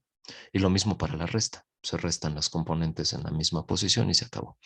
Ahora, el método del paralelogramo lo que nos dice es, trazo yo un paralelogramo, dos de cuyas aristas son los vectores involucrados, trazo de manera paralela, por ejemplo, al vector B, esta línea punteada que se apoye en A hacia el final de A, y lo mismo con A, la traslado de manera paralela hacia el final de B y la dibujo, de tal forma que dibuje yo un paralelogramo. La suma de los vectores va a ser la diagonal de este paralelogramo. O bien el método del triángulo. Si yo digo A más B, pues entonces, o B más A, que es lo mismo, se puede conmutar la suma de vectores. Yo, después del vector B, al final del mismo, coloco el vector A. Y justo al final de los dos vectores, partiendo del inicio del primero y al final del segundo, tengo yo el vector suma. ¿Sale? Y esto es geométricamente lo que pasa con el método del paralelogramo y método del triángulo. Multiplicación por un escalar. Segunda operación. Un escalar cualquiera perteneciente a los reales. Seguimos en el dominio de los reales.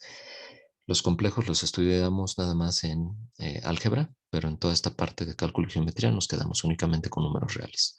Un escalar por un vector, entonces es el escalar por el vector, y quiere decir que el escalar multiplicará a cada una de las componentes del vector. Y aquí me quiero ir yo con lo siguiente. Aquí se los dejo escrito, pero yo lo voy a ver de manera geométrica todos estos casos. ¿Sale? Imagínense que tienen ustedes un vector cualquiera que voy a llamar vector U. Y ese vector que tenga las componentes que ustedes quieran. Ahora, si este vector yo lo multiplico por un escalar, y este escalar es mayor a la unidad, voy a proponer primero aquí un escalar lambda mayor a la unidad. Si yo tengo a mi vector U, me voy a estar copiando este vector para que sea más rápido. Este vector U multiplicado por el escalar lambda, si el escalar es mayor a la unidad, vamos a suponer que el vector U sea de componentes 1, 2 y 3. Y si el escalar lambda es mayor a la unidad, por ejemplo, si lambda fuera igual con 2, ¿cuál sería el vector lambda por U? 2, 4 y 6. Sí. Geométricamente, ¿qué pasa?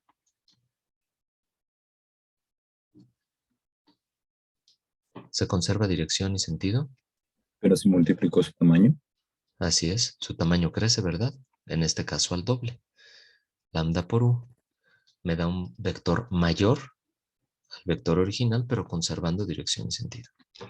Ahora, vamos a suponer que el escalar, voy a separar esto un poquito, el escalar lambda se encuentre entre 0 y 1 sin tocarlo.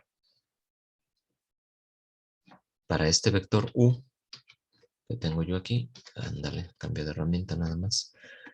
A ver. Para este vector U que tengo yo aquí, díganme cómo quedaría el vector lambda por U. si es menor que 1, se reduciría el número de veces proporcional en ese intervalo. Así es positivo, pero menor a la unidad. Por lo tanto, el vector lambda por U va a tener la misma dirección y sentido, pero va a quedar más pequeñito, porque es un valor fraccionario entre 0 y 1. Ahora, si el vector ahora está multiplicado por un escalar lambda que sea mayor a menos 1, pero menor a 0, ¿cómo quedaría entonces del vector U que tengo yo? ¿Cómo quedaría lambda por U? Ocurriría lo mismo, sería un vector pequeño, pero en dirección opuesta. Así es. Su sentido es opuesto. Este es lambda por U, más pequeñito, pero en sentido opuesto. Y finalmente, si yo tengo que lambda es menor que menos 1, es decir, un escalar negativo menor que la unidad. Y aquí tengo mi vector U. ¿Cómo quedaría el vector lambda por U? Tendríamos en dirección opuesta y aumentado el número de valor de lambda. Yo sé que ahorita mencionas dirección como equivalente a sentido, pero son cosas distintas. La dirección es la misma porque marcaría exactamente el mismo valor angular respecto de los ejes X, Y, Z, pero el sentido es opuesto, ¿sale? El sentido es de dónde a dónde va. La dirección es el valor angular que se forma con los ejes coordenados, así que la dirección es la misma, el sentido es opuesto. Y esto es lo que estaría ocurriendo entonces con un escalar que multiplica a un vector con estas características del escalar. ¿Alguna duda hasta aquí?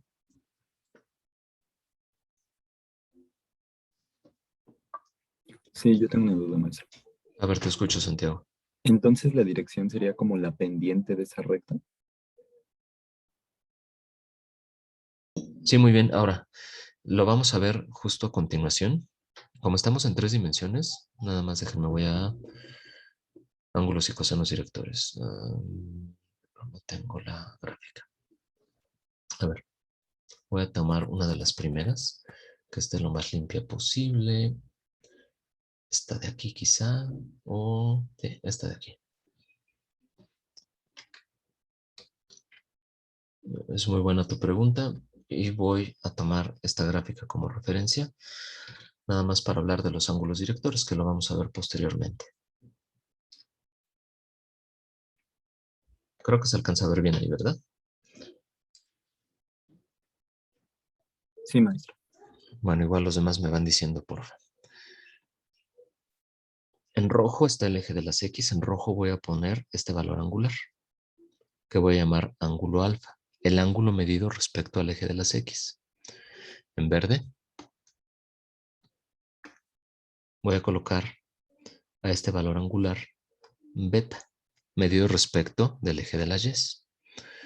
Y en color azul, aunque no parece mucho azul por la sombra que le estaba dando cuando lo rendericé, voy a colocar a este tercer ángulo gamma, medido respecto de el eje de las zetas. Entonces, la dirección implica estos ángulos directores. ¿Qué ángulo está describiendo respecto de X, Y, Z, que llamamos ángulos alfa, beta y gamma? El sentido quiere decir únicamente si va de aquí hacia acá o viceversa, ¿sale? Esa sería la diferencia. De acuerdo, maestro. Gracias. De nada, si quieres verlo también de manera física, Santiago, puedes tener tú una vialidad, por ejemplo, Avenida Insurgentes, la cual si tú la mides respecto de los, respecto de un norte, sur, este y oeste, respecto de los puntos cardinales, eso va a tener una cierta dirección. Dices, la Avenida Insurgentes en este tramo pequeñito de análisis va a estar en dirección noroeste a 43.8 grados. Esa sería la dirección. ¿Pero en qué sentido? Pues puede ir de sentido de norte a oeste o de oeste a norte. Es decir, de ida o de venida sobre la misma vialidad tienes dos sentidos diferentes. Puedes verlo así, como una vialidad la cual tiene una dirección orientada con un cierto ángulo de inclinación respecto de los puntos cardinales, por ejemplo, y en qué sentido. Pues depende en qué parte de la vialidad vayas. ¿Sale? Así quizá sea más sencillo. Disculpen, me surgió otra duda entonces. Ajá, dime. Entonces, todas las rectas que anteriormente acabamos de ver tendrían la misma dirección, pero su sentido cambiaría. Ajá, para estas azules, por eso lo dibujé en color distinto. El sentido es opuesto de esta es lambda por u. Cuando el escalar es negativo, cambia el sentido, más la dirección se conserva. De acuerdo, maestro. Gracias. A ti. Los demás, si tienen dudas también, váyanme diciendo para que disipen todas sus dudas. ¿Sale? Bueno, me dicen, porfa. Yo estoy escuchando y esperando me vayan diciendo dudas.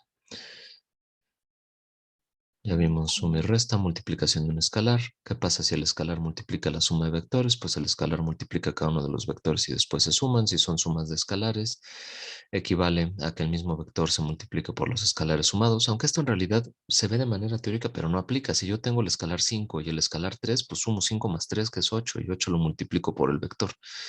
Y lo mismo si se multiplican. Por eso no me gusta ver mucho lo opuesto, porque, bueno, sí existe de manera teórica, pero no es aplicable de manera práctica, porque si tengo los dos escalares sumados, pues lo sumo y se acabó. O si se multiplican los escalares, multiplico los escalares, tengo el resultado y eso lo multiplico por el vector y se acabó. ¿Sale? Ahora, si tengo el módulo de lambda por A equivale, ¿qué es esto? ¿Cómo lo leemos? Al valor del módulo de lambda, el escalar, por el valor del módulo del vector. Aquí hay un pequeño error nada más en lo que comentaste, Santiago. Los escalares no tienen módulo. Sería el valor absoluto del escalar por el módulo del vector.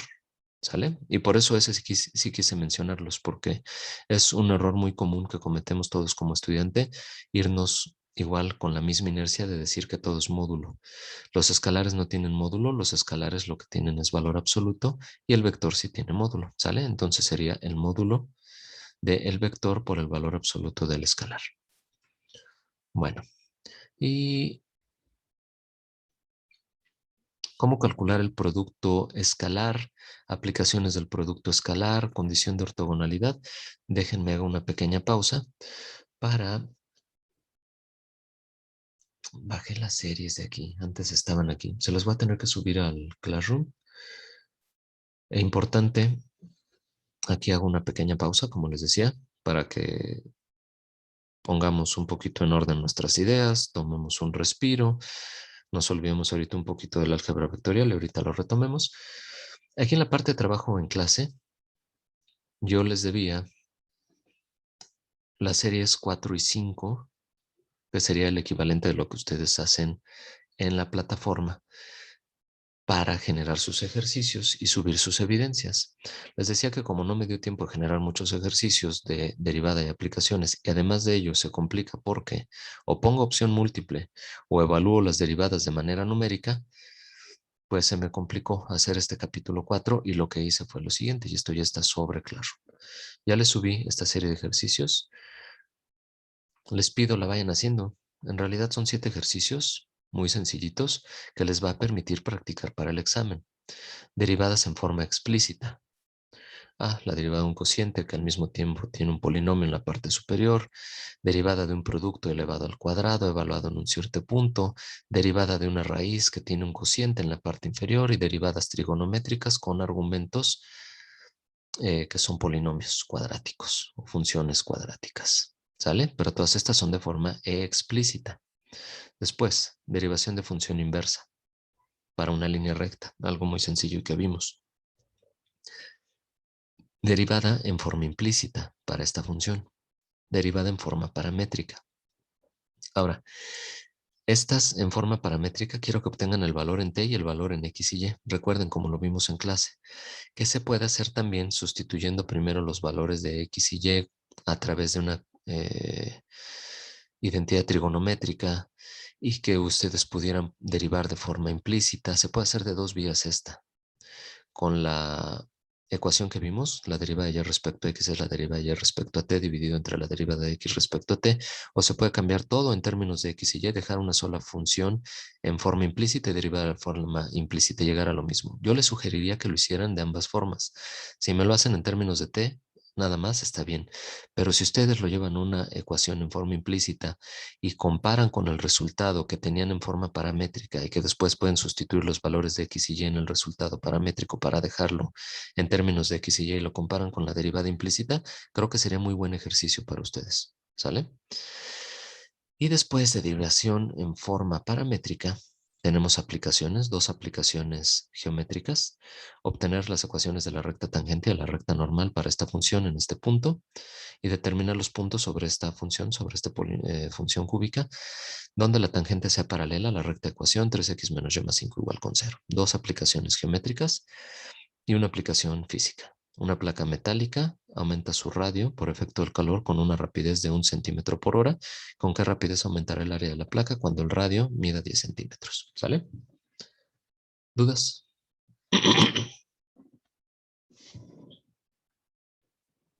No, Esto es maestro, como creo que no. ¿Perdón? ¿Esto es como una guía del examen? No, es lo que me tienen que subir en las evidencias del capítulo número 4, que les sirve al mismo tiempo como guía para el examen, pero ojo, esto me lo van a tener que subir aquí para que les cuente como sus evidencias, como sus participaciones. Y al mismo tiempo, esta calificación la voy a replicar también en la plataforma para que ustedes tengan el 25% de las tareas, que es la parte de la plataforma virtual. Así que me lo tienen que entregar sí o sí. y le sirve como guía para el examen. ¿Sale, José? Ok. Ah, y- Profesor, tengo una duda. ¿Hasta cuándo se puede subir esto? Ese es lo siguiente. Y les quería preguntar cómo andan en tiempos y cuándo me lo pueden entregar.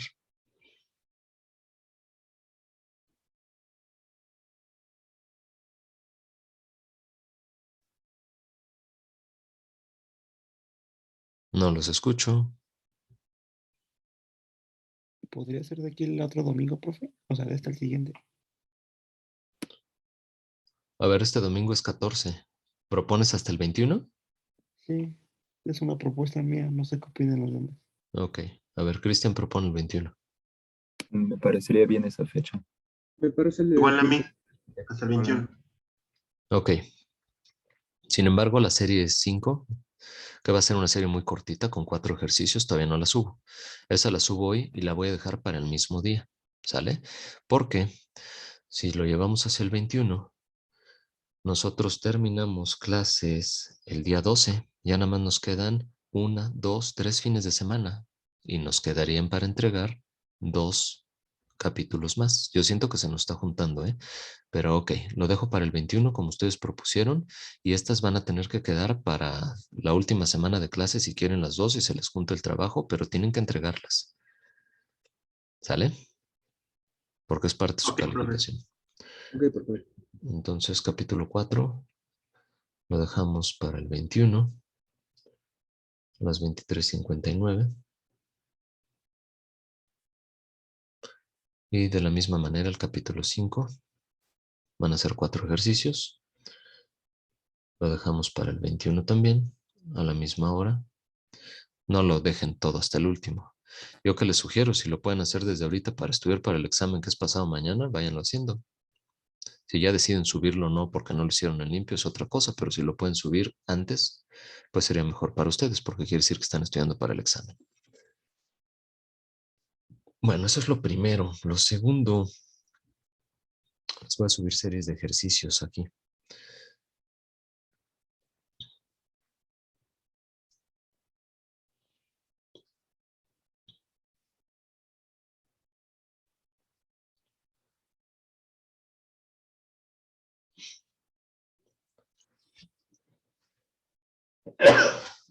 Perdón.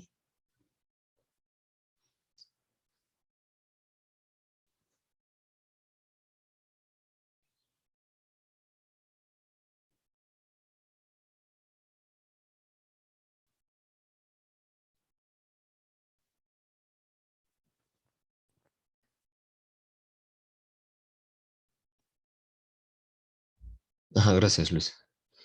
Dijiste salud.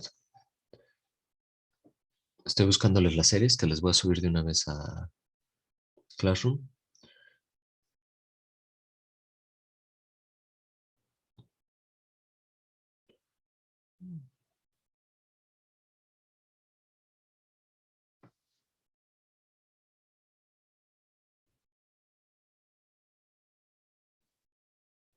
Y, y, y, y. No, no, no.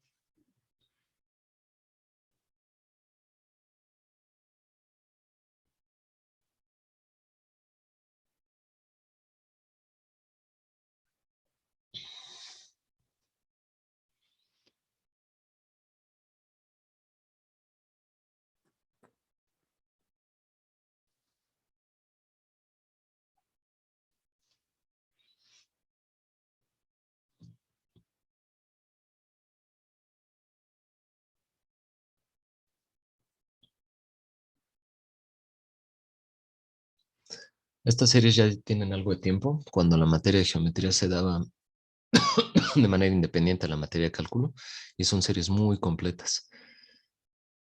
No nada más por el número de ejercicios, son 50, sino por la complejidad de los mismos, que es a lo que le debemos tirar nosotros. ¿Sale? Observen ahí los ejercicios. Y estas series son las que yo les voy a subir y las que voy a estar manejando. ¿Sale? Y entonces ahorita mismo estas series se las voy a subir. Nada más que para que estén trabajando, ya nos queda poco tiempo. Vamos a resolver un solo ejercicio, ya por el tiempo que queda. A ver, y le subo yo hoy mismo esta serie. Se hace de coordenadas 2, menos 3, 5, el punto medio del segmento dirigido a B, empleando álgebra vectorial, determinar las coordenadas de los puntos A y B, si las componentes escalares de A, B sobre los ejes coordenados X, Y, Z son 4, menos 8 y 2 respectivamente. ¿Qué hacemos? Pues ya tenemos ¿cómo se llama? Las componentes de, ay, ay, disculpe, No te que ya preocupes. tenemos las componentes del vector y nos están dando las de un punto. Entonces, pues podríamos restarlas del vector al punto, ¿no? Para obtener el otro. Ojo, los vectores no se restan con los puntos. Si me dices con el vector de posición, podría ser. Pero ¿qué obtienes con la resta? A ver, vamos a dibujar. Yo siempre les sugiero esquematicen nada más. Se tiene un segmento dirigido que es el Disculpe, segmento AB. ¿Perdón? sí, es que ya volví a leer el problema y noté otra cosa. Nos están dando que el punto C es el punto medio. Entonces, si obtenemos el módulo, podemos dividirlo entre dos y así sabríamos cuánto agregarle o quitarle respectivamente a este punto para encontrar las posiciones. Muy bien, muy bien. Ahí sí estoy de acuerdo. Lo primero que me habías dicho no me sonaba muy lógico. Esto segundo suena muy lógico. Me piden determinar las coordenadas de los puntos A y B. Se tiene la coordenada del punto medio, 2, menos 3, 5, y me dicen que el segmento AB tiene estas componentes, que sería 4, menos 8 y 2. 4 menos 8 y 2. Ahora, lo que propone su compañero Santiago, no sé si estén de acuerdo, es sacar el módulo de AB para después dividirlo a la mitad y sumarle y restarle en la misma dirección a el punto medio. ¿Cómo ven? ¿Suena lógico?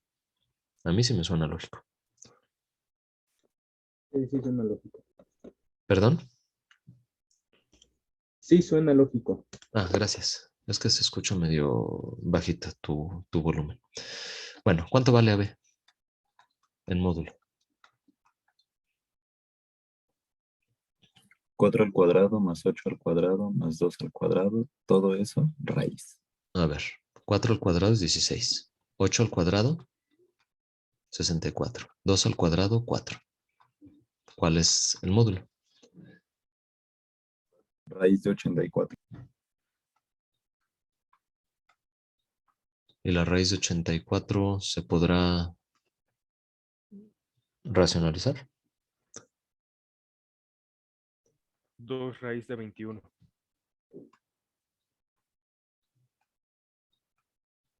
¿Qué dicen los demás? Sí, me dio lo mismo, maestro. 2 raíz de 21. Ahora, si les quedan números muy complicados, yo les sugiero lo siguiente. Primero del segmento AB, esta es una metodología alterna, ¿sale? Voy a factorizar lo que se pueda factorizar. Se puede factorizar un 2. Un 2 que multiplicaría ¿a qué vector? Pues divido cada componente entre 2. 4 entre 2, 2. Menos 8 entre 2, menos 4. 2 entre 2, 1. Es el mismo vector, pero con el 2 factorizado. Así que esto va a ser 2. Y si quiero, bueno, aquí ya voy a poner punto y coma, mejor punto y coma. El módulo de AB, entonces va a ser igual. 2 queda fuera. Y nada más saco la raíz cuadrada de cada una de las componentes elevadas al cuadrado, que sería 2 al cuadrado 4.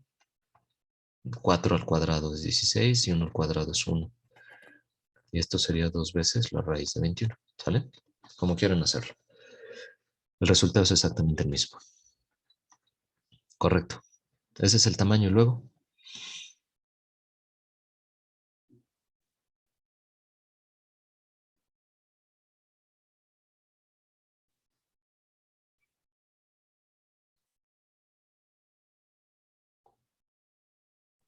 ¿podríamos entender al punto C como un segmento también? O sea, que no fuera punto C 2, menos 3, menos 5, sino C igual a 2, menos 3, menos 5. Obtener también ese módulo y sumarle la mitad de esto. ya está complicando más así como me lo dices, ¿no? A ver, que ustedes saquen el módulo les iba a servir para que la mitad de este módulo, era lo que me habías dicho, fuera el módulo de CB y el módulo de AC. Pero si ahora ya no lo estás tomando como punto, sino como segmento, lo estás complicando más y por ahí no va el asunto. Yo les diría lo siguiente, independientemente de cuánto valga el módulo, ay, quiero borrar, que ya lo calculamos, yo sé lo siguiente y lo voy a hacer en otra tinta. Yo sé que el módulo y el segmento como tal de AB va a ser igual a lo siguiente, a la suma de los segmentos de A a C más el segmento de C a B. Y como es C el punto medio, yo también sé lo siguiente, que la mitad del segmento de AB va a ser igual al segmento AC y va a ser igual al segmento que va de C a B. No sé si estén de acuerdo conmigo. Sí, maestro. Entonces yo ya puedo calcular que un medio de AB, ¿cuánto vale? Pues multiplico esto por un medio. Ya vimos multiplicación de un escalar por un vector. ¿Cuánto valdría? 2, menos 4,1. ¿Sí? Y yo sé que esto va a ser igual al segmento de AC y va a ser igual al segmento de CAB. Y yo ya tengo un punto conocido, C. Entonces puedo aplicar lo que ya habíamos visto de que AC es igual a C menos A. Y entonces esto va a ser C, 2 menos 3 y 5 menos A. No lo conozco, es el punto que quiero determinar. A1, A2 y A3. Y esto, en realidad, si yo lo simplifico, pues va a ser 2 menos A1. Si ustedes hacen bolas así con los subíndices, pónganle X, Y y Z. Y le dan entonces 2 menos X. Si quieren, vamos a hacerlo así para no poner tantos subíndices y que se me hagan bolas. Sería la X del punto, la Y del punto y la Z del punto. ¿Sale? Entonces, si yo resto estos dos vectores, me da 2 menos X, coma, menos 3 menos Y, coma, 5 menos Z. ¿Cierto? Pero yo sé cuánto vale AC. AC, sé que vale 2 menos 4 y 1. Por lo tanto, por igualdad de vectores, yo puedo separar primera componente con primera componente y decir que 2 menos X debe ser igual a 2. ¿Cuánto vale X? 0.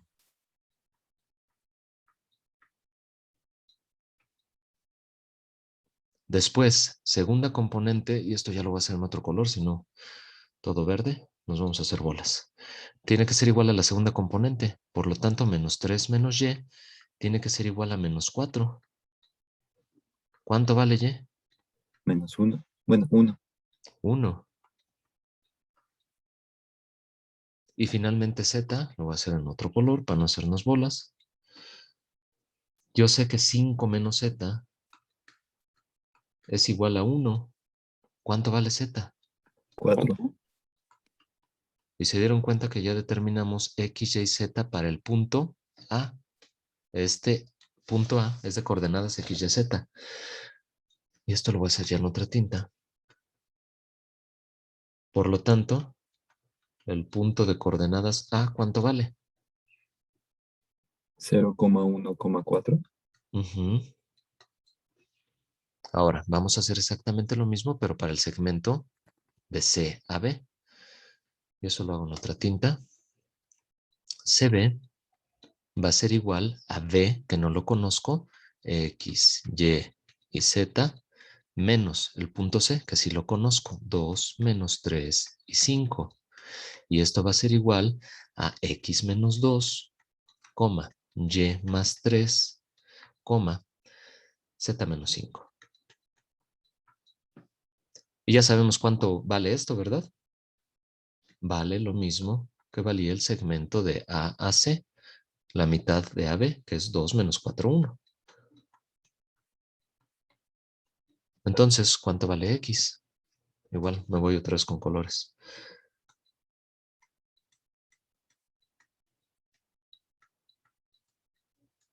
X vale 4. Gracias. Vamos con color naranja. Y más 3, segunda componente con segunda componente, tiene que ser igual a menos 4. Por lo tanto, ¿cuánto vale Y? Menos 7. Perfecto. Y finalmente, en otro color, Z. Z menos 5 es igual a 1. ¿Cuánto Debe vale valer Z? 6. 6. 6, muy bien. Y finalmente, entonces, ¿cuánto vale el punto B? 4, menos 7,6. Ahí está. ¿Qué es lo que se complica en este tipo de ejercicios? Lo que ya se vio previamente, y todo esto ya lo habíamos visto, ¿eh? Segmentos dirigidos, multiplicación de un escalar por un vector, cómo sacar el segmento dirigido, todo esto ya lo habíamos visto. Lo que se complica es conjuntar lo que ya se vio para resolver el problema. Vamos a comprobar rápidamente, tenemos un minuto. Sí será el segmento AB 4 menos 8, 2, que es el que me están dando a mí. A ver, B menos A. ¿Cuánto les da B menos A? 4. Ajá, después componentes en Y, menos 7 menos 1, menos 8 y Menos 6 8. menos 4, 2. ¿Sí dio? Aquí está. ¿Y cómo sacar el punto medio entre A y B? Es el punto C. ¿Cómo lo sacan? Dividiéndolo entre a la mitad, que sería multiplicándolo por un medio. No, es sacando el promedio aritmético. Es 4 más 0 entre 2, coma, menos 7 más 1 sobre 2, coma, 6 más 4 sobre 2. Es sacando la media, ¿sale? O promedio. ¿Cuánto les da 4 más 0 entre 2? 4 entre 2, que es 2. Vamos bien en X. Después, menos 7 más 1 entre 2. Menos 6 entre 2, que es menos 3. Perfecto, segunda componente del punto C. Y finalmente 6 más 4 entre 2. 5. 10 entre 2, que es 5. Muy bien. Y si nos dio las componentes del punto C, quiere decir que esto que hicimos fue válido para que el punto C sea el punto medio del segmento y los puntos A y B sí forman parte de ese segmento dirigido. Bueno, les subo hoy mismo sus series para que ya las vayan viendo, qué tipo de ejercicios van a tener que resolver y vamos a ir trabajando sobre estas mismas series, ¿sale? Se me acabó el tiempo, tengo que irme a mi siguiente clase, les agradezco mucho su atención, nos vemos el día de mañana por aquí. Cuídense mucho, bonito día. Igualmente, maestro, gracias. Igualmente, Gracias, profesor, hasta maestro. mañana. Buen día. Gracias, hasta mañana, cuídense, bye.